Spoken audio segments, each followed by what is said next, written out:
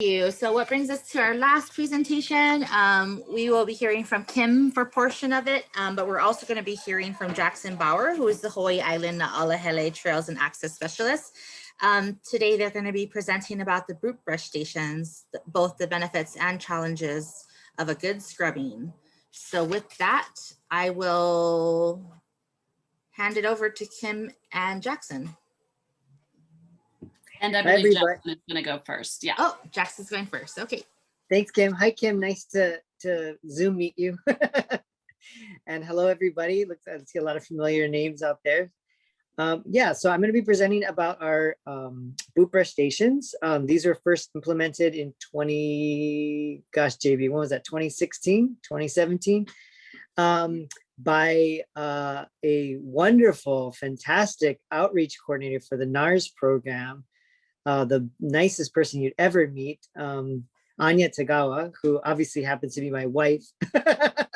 And she was inspired, and many of you were on the team that helped design that. I think Amber and of course JB and Lisa was inspired by some pretty amazing boot brush stations in New Zealand. But in order to scale it out to the amount of trailheads and entry points we have in Hawaii, and the cost and ability to do a lot of the welding and manufacturing in-house, they came up with a really cool design.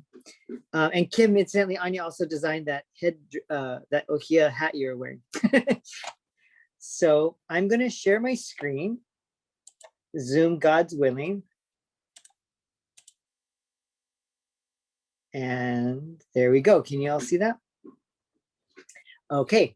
And I assume you can all hear good. me. Yep, okay, can hear you. Cool. Okay. Good. Very good, JB. Okay, so again, I'm the Hawaii Island Specialist for the Na'alahele Trails and Access Program. We're basically in charge of all the public state trails on the island. So here are all of the trails. We have over 20 roads and trails. We had a few more that were just added to our inventory last year, and a brand new trail, the Kaulana Manu Nature Trail. Just to give you a quick snapshot, these our trails and facilities range from campsites, remote campgrounds like Waimanu, coastal trails like the Alakahakai Trail. Obviously, there's no ohia in this area, it's all kiave, but the boot brushes still play a big role. We have ATV roads and trails. This one is Upper Waiakea off Steinbach.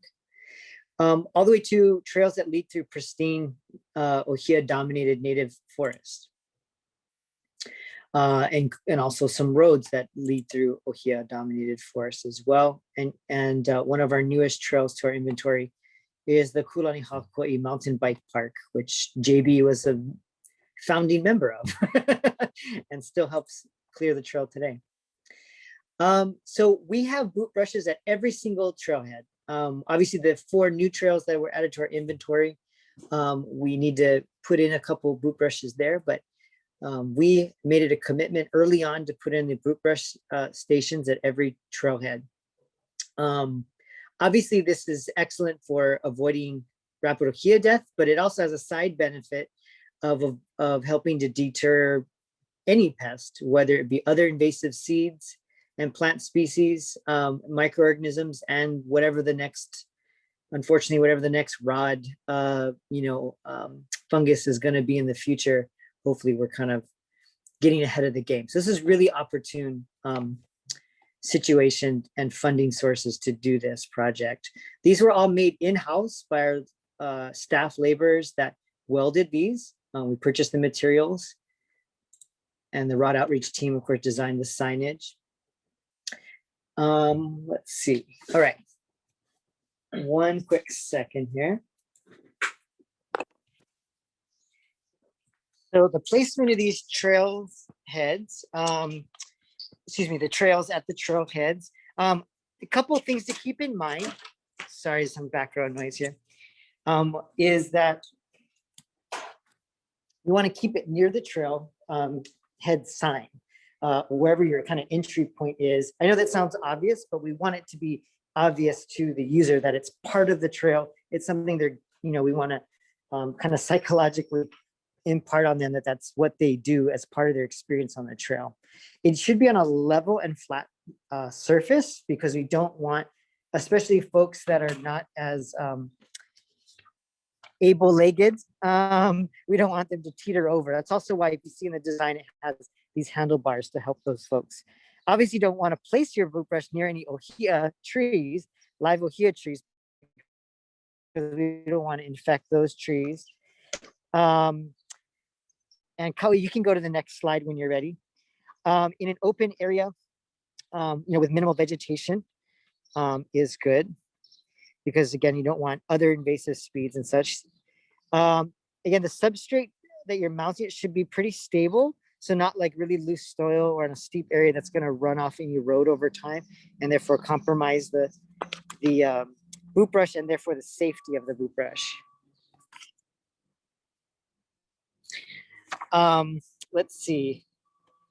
And then again, choosing location points that are, before they enter the forest. So ideally not after they've walked in the forest. So in the parking areas, at the immediate trails. And then obviously, like I said earlier, should be real obvious that it's part of the trail experience. The picture you're looking at here is a really good example of a boot brush station. This is one of our newest ones up at Kaulanamanu Nature Trail.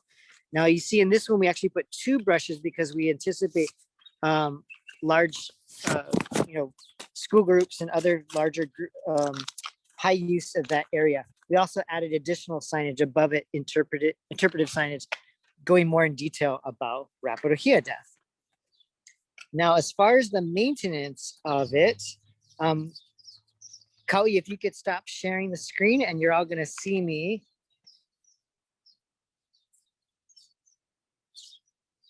All right, let me turn the camera on. Okay. Oh, and one more thing. Let me turn off my background so that you can see me. Sorry, bear with me.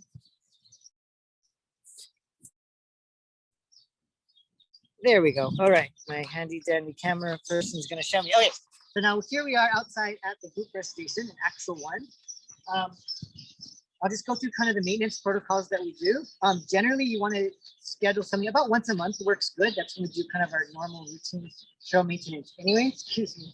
It's a actually bright and sunny day today if you want. So we check on it once a month, and those kinds of things would be spraying it with alcohol. So we have like a alcohol jug that we have. It's actually an herbicide jug. So it works really good. Load it with the alcohol, pump it. And then I like the ones with the wands because then you can move it around and then you just squirt off the brushes really liberally with the alcohol. And the idea behind that is that if there is any spores, live spores, residues on the brushes, we can kind of mitigate that. You'll notice that we don't keep alcohol at the boot brush stations. There was a lot of discussion early on about that. We know alcohol, the high concentrations of alcohol do kill the fungus, but alcohol is also highly flammable. And so therefore in our natural areas and our conservation areas, that raised a lot of hazardous material issues. In fact, storing the alcohol when we purchase it, we actually have to store it in special flammable storage cabinets here in our base yard. So we chose not to store the alcohol outside or have it accessible. And we felt that just physically scrubbing the mud, the clogs of mud off your boots gets rid of, and JB, you can correct me on the specifics, but I think it was something like 99% chance of spreading the fungus. So again, we're not getting rid of 100%. It's all about reducing or mitigating risk, but we can achieve that pretty efficiently just by physically removing the clogs. We did do a slightly different design for one of our trailheads at Pololu, and Pololu is in the Kohala Mountain, and it's got a little bit more clay-like soil, and so we were noticing that the boot brushes would just get clogged up with like clay and mud and weren't really being effective. And so we modified that design to a 2-brush design so that each brush is getting half the amount of work on it. And then we got rid of the middle brush and just left this grid. So if you can imagine, instead of the middle brush having the grid here and the side brushes, what that does is it allows the mud to physically get knocked off. And that does a good amount of reducing that risk in those kind of areas. So that's an adaptive design change I would recommend for some of the other islands with that clay-like substrate on the trails. But otherwise, on this island, this single brush or single unit design has worked really well. The other thing that's part of our kind of kit here is we have again the alcohol spray, a shovel, a flathead shovel, so that when you open up the cage here, you can kind of scrape off any of the contaminated soil. And it's really important that you dispose of that in a plastic bag and throw it away in the county waste disposal stream. Don't dump the soil somewhere else, because then we're just going to be spreading the spores elsewhere. We also keep a can of cold galvanizing compound. That's to spray the boot brush if there's any spots of rust starting to show up, just to help keep the longevity of the brush as well. We also like to spray with the alcohol the handlebars, just especially nowadays with COVID, just to reduce that. And then of course, checking your maintenance routine should also check on the conditions of everything. The brush, you can see this brush, the bristles are starting to get brittle and flake off. This bottom brush is doing still really well, but if it starts to lose bristles or gets caked in with mud, time to replace it. So far, our boot brushes have lasted about a year. Some of the higher use areas we've had to replace them sooner, but not too bad. Yeah, that's been really helpful. Also, changing out the signs if they get faded or flaked or whatnot. Just make sure I'm testing everything.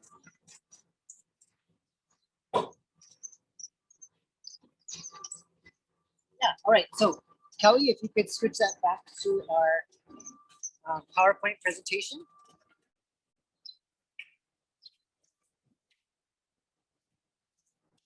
All right, so sorry, there's some construction noise. Let me get out of that right now. There we go. Sorry about that, Kate. Yeah, so the timing is something that's important. Again, we try to do it on a monthly schedule, but again, the key is to do adaptive manage around this. Next. So depending on the area, how high traffic is it? Again, Pololu, not only is it muddy, but it also is a high use area. So again, the brushes need to be, replaced often. Again, is it a muddy area? Is it just rock? Fortunately, a lot of our trails are kind of rocky substrate, so that makes it a lot easier for us. This is something interesting to the Big Island. Does it receive more acid rain? We do have areas that get higher concentrations of acid rain, particularly downwind of the active Kilauea volcano. This is more prevalent in the past. Currently, the volcano isn't as active, but again, that can all change any moment.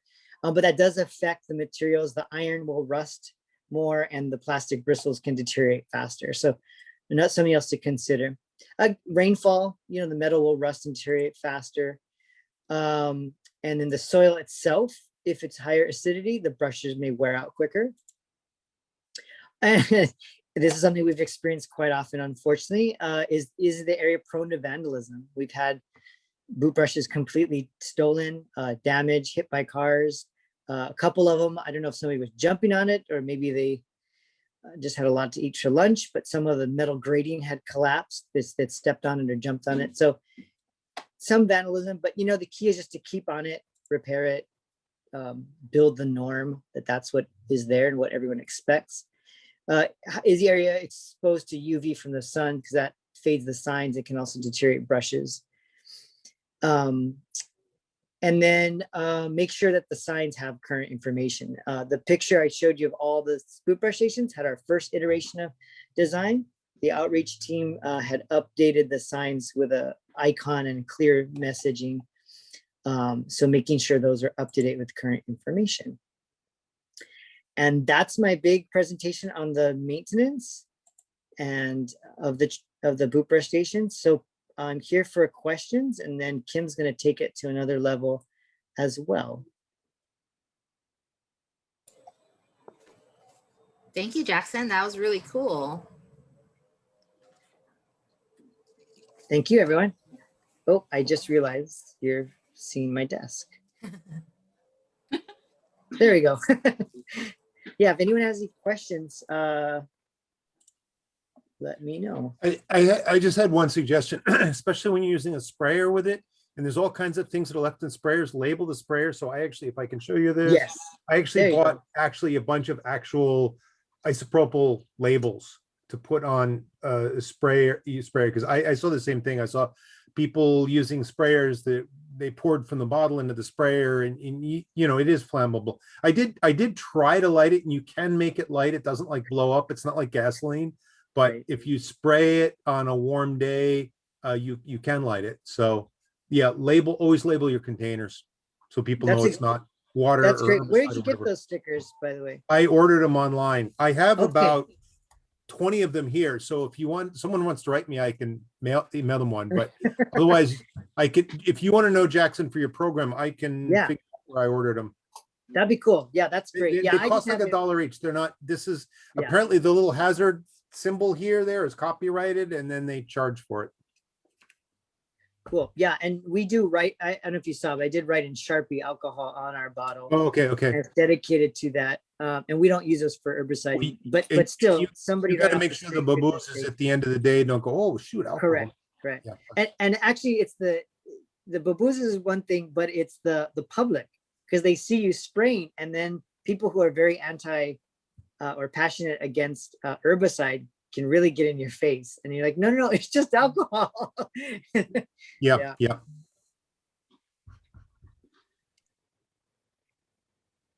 Okay, so I'll just roll into what we're doing here on Kauai when it comes to boot brush stations, which will give you, you know, the other end of the island chain as well as the other end of the spectrum of boot brush stations. So I'm going to share my screen here.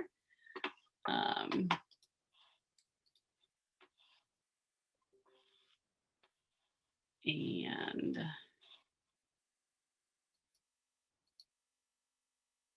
so we do things a little differently oftentimes on Kauai style. So we got hit, you know, kind of out of the blue. I think everybody probably knows, with rapid ohia death. And so we needed to respond quickly, especially because we wanted to make sure the public knew we were addressing this problem. Because when I was doing outreach, I was getting a lot of questions about it. And unfortunately, you know, when you work in the forest, our you know, foresters, it's not real visible, the work that we're doing on behalf of the community and the public. And so one of the ways we decided we could show that we were responding to this threat was by installing boot brush stations at most of our maintained trailheads, Na'alahele and others around the island. Unfortunately, we did not have a welder on staff to create what I call the Cadillac of boot brush stations that exist on Hawaii Island. So we kind of got down and dirty, and we did really basic. And there's been an evolution of our boot brush stations, and I'll just go through each one with you. You can see what we've done. Very simply, we started just by laying a concrete pad. I don't know the exact dimensions off the top of my head, but probably this looks like about a 2 foot by 2 foot concrete pad that was shared. And then we installed the boot brush on top of it and added a post with some signage. And that is our very first boot brush station right there. And ironically enough, the boot brush was actually installed sideways. So in the future, they're installed to where you're facing the sign as you're brushing your boots. So the reason why we installed those in that manner was they were, one, affordable, two, timely, we can get them out there quickly, and they were visible, right? We could get them out in as many trailheads as possible. We selected this specific boot brush itself because it also popped open in the center there, and that center bar that goes across is a boot scraper. Not everybody knew that though and understood how that works. The other reason why we liked this particular boot brush was it sits up high, like, I don't know, about 4 inches above the concrete pad. So as you can see in this photo, the dirt could accumulate below it as it was brushed off boots. But I will say these boot brushes, they do wear out. We have had people perhaps stand on them like Jackson has experienced and bent some of these because as you can see, their supporting rods are not super strong. And now a year and a half into some of these after being installed are starting to show some signs of rust. But again, that's why we selected this particular boot brush model is because we could replace them. Shortly after we installed our Kauai style boot brush stations, Maui was generous enough to share with us 2 of their designs that they had created, and they shipped 2 of them over to us. We selected to put them in 2 locations, one right here up in Kokee, which is right next to the Kokee Museum. We chose that site selection because it gets a lot of attention and that museum gets a lot of people into it. And previous to Rod, they actually had boot brushes, really kind of hidden away ones outside their museum. And everybody who was coming into their museum, oftentimes had muddy hiking boots. And so they get a lot of traffic through here. This was the day we installed it. It was looking brand spanking new. The second one of the 2 Maui versions that we had, we installed at Pihea Trailhead, which is also up in Kokee, alongside our pre-existing Kauai style. And the irony is, literally, we could not hardly get this thing installed fast enough and people were using it. So I like to say the good news is of what we've experienced on Kauai when it comes to boot brushes, the good news is people use them. The bad news is people use them because they get super muddy. And as you can imagine up here, this is Pihea. There's a sign just to the left of this photo that says wettest spot on earth, Waiale Ale, and with an arrow pointing toward the center of the island. So clearly we do get a lot of rain up there. And that is one thing we have learned the hard way is that some of these boot brushes, literally you can do maintenance and cleaning on them and a day or 2 later and they're just impacted with mud. So depending on where you have your boot, the places you need them the most, need the most maintenance. We try to get up there, DOFA does in the Kokee side, once a month during summertime when it's not so muddy, and in wintertime, like every other week, if not more frequently, if they're up there doing other work. And this is just another view of how impacted some of these boot brushes could get with our red Kauai mud. So obviously, if they're looking like this, they're not doing a whole lot of good out in the forest. So boot brush, then we decided because of all the mud, we could either be maintaining them more, or maybe we could modify them a little bit. So we actually added a scraper and a pick and an alcohol bottle. And you can barely see this. I apologize, the photo's not so great, but here's the alcohol bottle. And there is a painter's or a drywall, mud scraper tool that's hanging here. Both of these are hanging by a chain that's clipped on to where they can't be stolen that easily. And there's also, again, not very visible in this photo, basically like a screwdriver. So that serves as the pick. So we've got a scraper, a pick, and then we added the alcohol. And this was all, the alcohol was pre-COVID. And these alcohol bottles you see on the ground here are because this was a day we were out. Kisk maintains the ones on the east side of Kauai. So really around Sleeping Giant and Mo'olepe and Powerline and Kuilau trailheads. So this was, I went out with our crew on a maintenance day, and these are some of their extra tools laying around. So, but this was what we called Boot Brush 2.0. So we added the scraper, the pick, and alcohol. And we kept the alcohol in a smallish bottle because we too were concerned a little bit about flammability, as well as, some child spraying their younger sibling in the face with alcohol. And we did have some theft of alcohol bottles, but honestly, not that much. And it seemed to be that people were actually using them because we'd go up and they'd be, half full or completely empty. But then we went we had these boot brushes out there, and they basically just said, attention, scrub your boot. But we also saw this as an opportunity. These posts were there. And for some reason, our crew has installed really tall posts, which I took as an opportunity.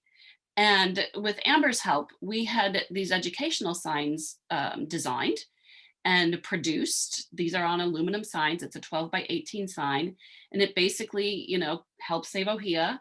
And it gives a little bit of background information of what is ohia and why it's important to us. And then on the right side, you can see it's a little bit of information on what's rapid ohia death and then what you can do to help.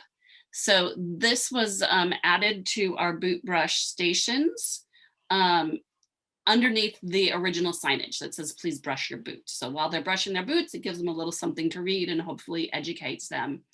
And then Boot Brush 3.0 came along.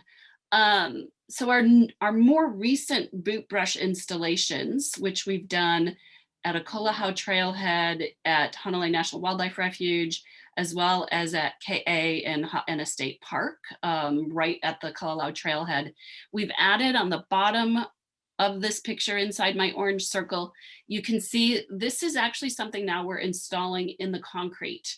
It's a boot scraper and it's highly affordable, and it was expertly crafted by my colleague Ray at KISC. So basically he's just using, steel welding that goes down into the cement and sits up 4 inches above the surface, and it's 9 inches across here. So it sort of looks like a horseshoe kind of in a way. And this design idea comes straight out of horse ranches and cattle ranches. It's what they're using too. So now we're installing the boot brush and alongside it, the boot scraper. And so far that's been working well. Our plans though going forward, we've all had budget cuts. We're all experiencing budget cuts. So we want to, we're reaching out to various community groups or individuals and looking for their help with maintenance. And so we're starting a kind of a volunteer program called Adopt a Boot Brush. And my first group I'm going after, who I've done quite a bit of outreach with related to ohia and rapid ohia death, is our Girl Scout troops here on Kauai. And there happens to be a really good stronghold of them in the Wailua area where we need some help with boot brush maintenance. So that's the next step for us. And I know on Oahu, Amber has somehow managed to miraculously get Hawaii Electric to create this, it's like what's beyond the Cadillac. I mean, I guess it's the Porsche or something of boot brush stations, because now they've incorporated a bench where you can sit down and, get the mud off your feet. And as well, in this little container here, from what I understand, is intended to be a 1 gallon garden sprayer of alcohol. And it's going to be installed in such a way that it's locked and cannot be stolen. And if Amber wants to pop in and tell a little bit more about that, she is more than welcome to do so. But I think the whole point is there's no one answer to boot brush stations. I think, figure out what works for you, for your particular environment, for your island, and in the speed or the timeliness that you need to get it up there. And just one more photo of me to show the lengths I go to. I hope you see when I do outreach events. This was for a garden party where we were all encouraged to wear, hats, the women were. So I've got my boot, I've got my boot brush and my alcohol bottle on my garden hat. And I will stop sharing. And I know we're kind of running out of time. So happy to take questions. I love that photo, by the way. I'm going to stay on mute because someone's weed whacking outside. But if anyone has any questions about the Oahu boot brushes, I can probably speak on behalf of those. Yeah, and I see Jeff has commented that people are motivated to clean the mud off their shoes because of their car rental. Absolutely. I definitely agree with that.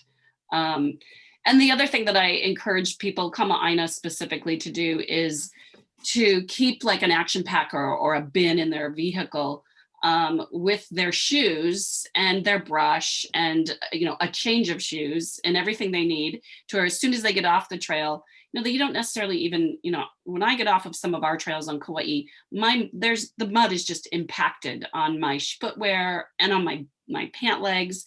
So I just put my boots in my bin and I take them home, and where I've got a garden sprayer, and I can do a much more involved and better sanitation at home than I can even trailside.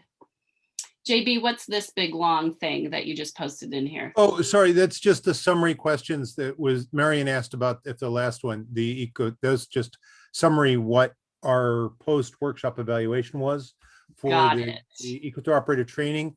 And we also actually gave them a test though, because we gave them a lot of information, right? So we had, we said, we threatened them that if they flunked, they wouldn't get their box of stuff. But, like how many species of wahia, how often should you check for fire ants? And, just as an educational thing, like, okay, maybe if you told someone and then you ask them about it half an hour later, it'll help them remember it. Well, yeah, and that bin, the big $90 bin of, swag that we gave them, they had to complete their evaluation in order to get that too. So yeah, that's how you get 100% participation. That was good motivation. Yeah. Amber, how many boot brush stations is Oahu installing? Right now we have these 6 eco brushes. Let me try to turn this up, sorry. We have these 6 eco brushes that are being donated from Hiko. So there was someone who worked for Army that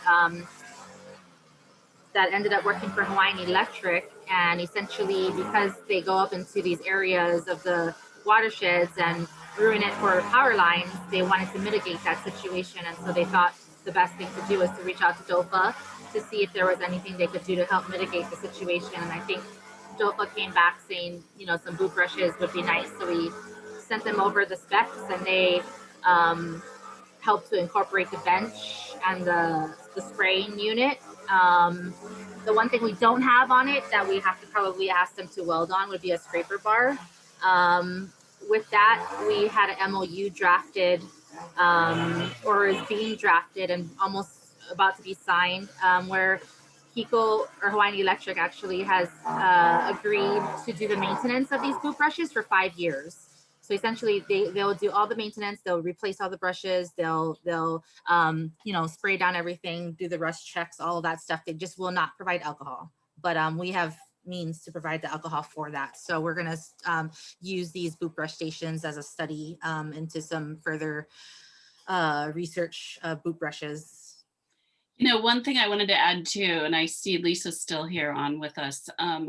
What we have also done around our boot brush stations, I think we do it twice annually, is we will take soil samples from the boot brush itself or right under the boot brush, and then, 15 or 20 feet away, and we send that soil in to Lisa for testing.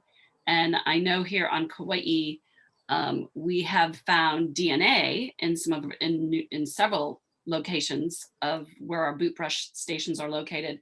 But as far as I know, we have not found any active spores in any of those samples. Lisa, you might want to share anything more about that. But that was one of the things, we're always looking at is the effectiveness, right, of these boot brush stations. And so that is something that we continue to do too, is look into those soil samples.